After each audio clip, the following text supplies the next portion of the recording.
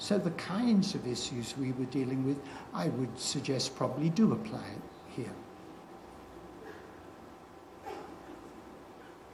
Amartya Sen, who was a member of the Global Commission,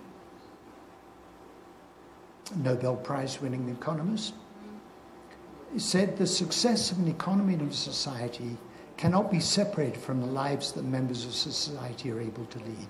We not only value living well, but also appreciate having control over our lives. In other words, income is important, but much more than income.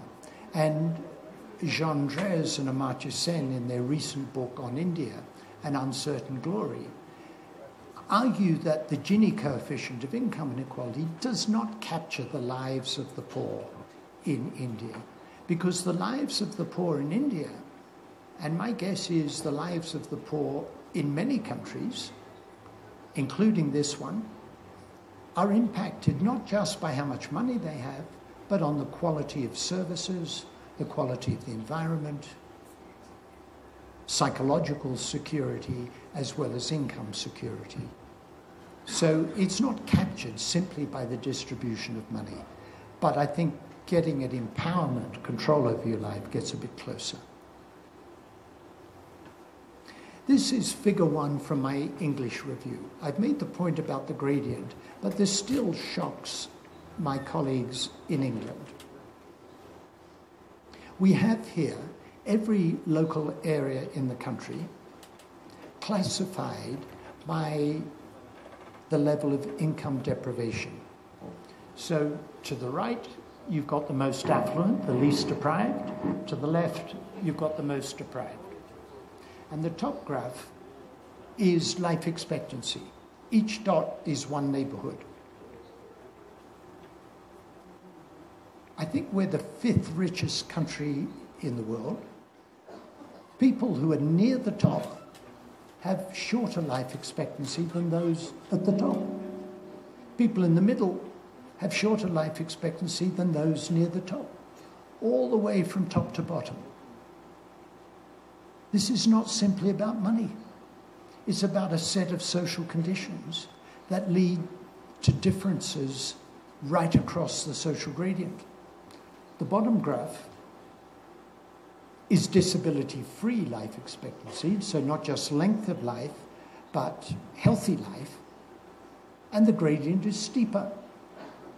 The gap between the 5th centile and the 95th centile for disability-free life expectancy is 17 years. And that means that people at the top are living 12 years of their lives on average with disability, and people at the bottom are living 20 years of their lives on average with disability. The social gradient means we can't focus only on the poor. That horizontal green line is one that captures politicians' attention. It represents retirement age, the age at which you qualify for your pension. The previous government in Britain wanted to increase pension age from 65 to 68 by 2046. The present government wants to do that more quickly. So the top of that horizontal green line is 68.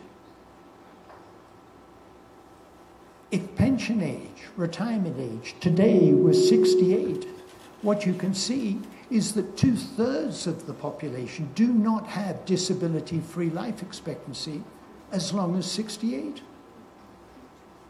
If forcing people to wait to 68 to get their state pension, unless we deal with the social gradient, we'll simply move people off pensions onto disability benefits. It'll save no money. I say to the politicians, if you want to save money by getting people to work longer, you've got to deal with the social gradient in disability-free life expectancy. They pay attention to that one. And dealing with the gradient means going across the life course. I had 6 domains of recommendations in my English review. Give every child the best start in life. education and lifelong learning, employment and working conditions. And we said in a rich country like Britain, everyone should have the minimum income necessary for a healthy life. I was asked by colleagues at this university yesterday how we're progressing in teaching on social determinants of health. And I lectured to first-year medical students in their first few weeks when they're still fresh and starry-eyed and it's in their pre-cynical phase. And I talk to them about minimum income for healthy living. And I say that the definition we use is having sufficient resources to lead a life of dignity and take your place in society. I said when we calculated minimum income for older people, it includes having enough money to buy presents for your grandchildren. And I say to these wonderful, fresh-faced young medical students, you came to UCL because you wanted to learn about genomics and metabolomics and proteomics and some other omics. And here's this professor saying, if your grandma doesn't have enough money to buy you presents for your birthday, she can't lead a life of dignity, which means she can't have a healthy life. And in a rich society, everybody should have the minimum necessary to lead a life of dignity.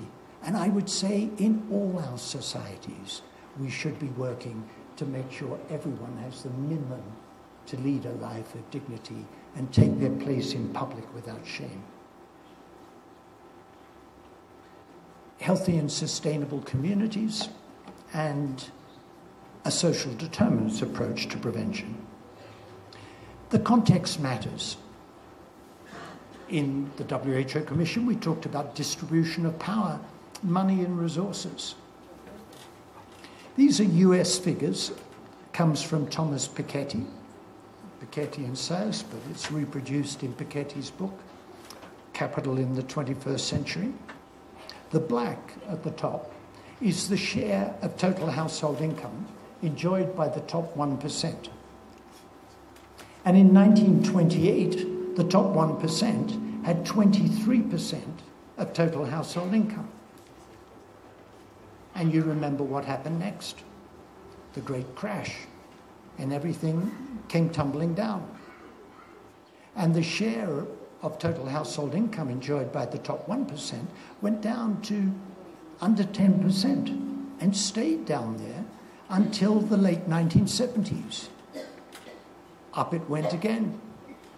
Magically, by 2007, the top 1% had 23% of total household income, the same figure they had in 1928. And you remember what happened next?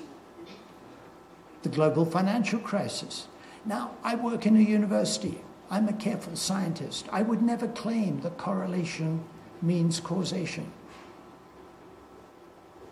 But you have to admit that it's a credible hypothesis that the unconscionable greed of the bankers brought the world's economy to its knees.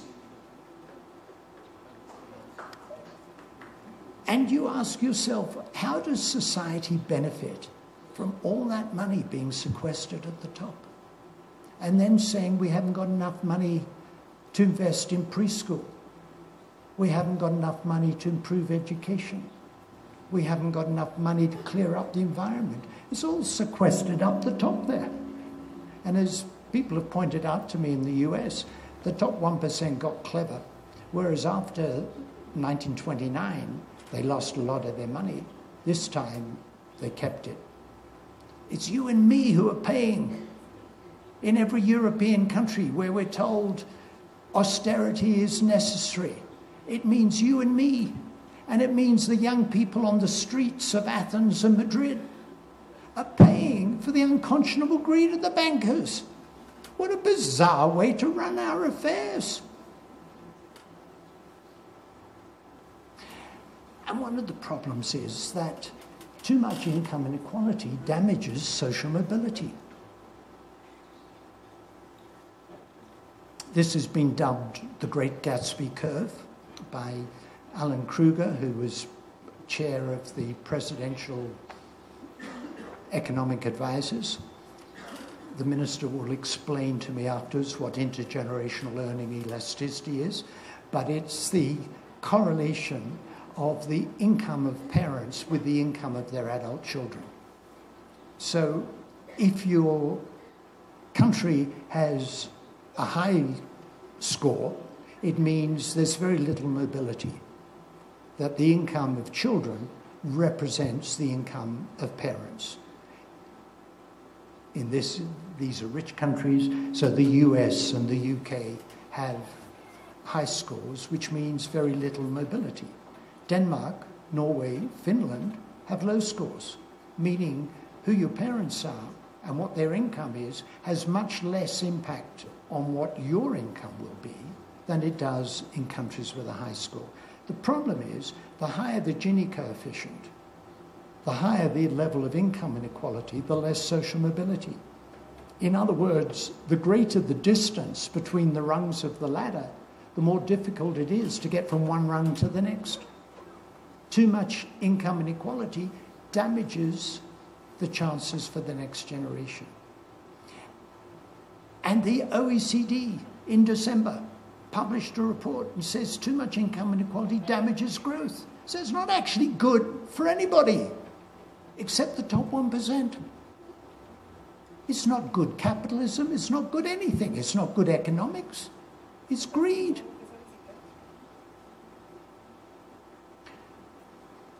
Early life and education. These are English data looking at the percent of children who are read to every day by the socioeconomic status of their parents. And it's a gradient. Now, when I was doing the English review, it was put to me that I was going to be reporting into an uncertain economic climate. Here's a really expensive intervention. Read to your children. And we said that if parents are ground down by misery and depression, scarcely literate themselves, services make a difference. The social gradient in regular bedtimes, and then the social gradient going the other way in postnatal depression. The lower the socioeconomic status, the greater the likelihood of postnatal depression. In Britain, showing data like this is almost a test, a litmus test of your political affiliation. If you show a social gradient in poor child development, the right, the political right, say it's poor parenting. The left say it's poverty. And I say they're both correct. It is poverty, or social conditions, which impacts on parenting, which in turn impacts on development. So this is one particular measure of development, socio-emotional difficulties at ages 3 and 5. You see the social gradient. The poorer the family, the greater the problems in social and emotional difficulties. But we asked parents, is it important to talk to a child age 3? About 20% of parents deny that it's important to talk to a child age 3. And that follows the social gradient. The lower the position in the hierarchy,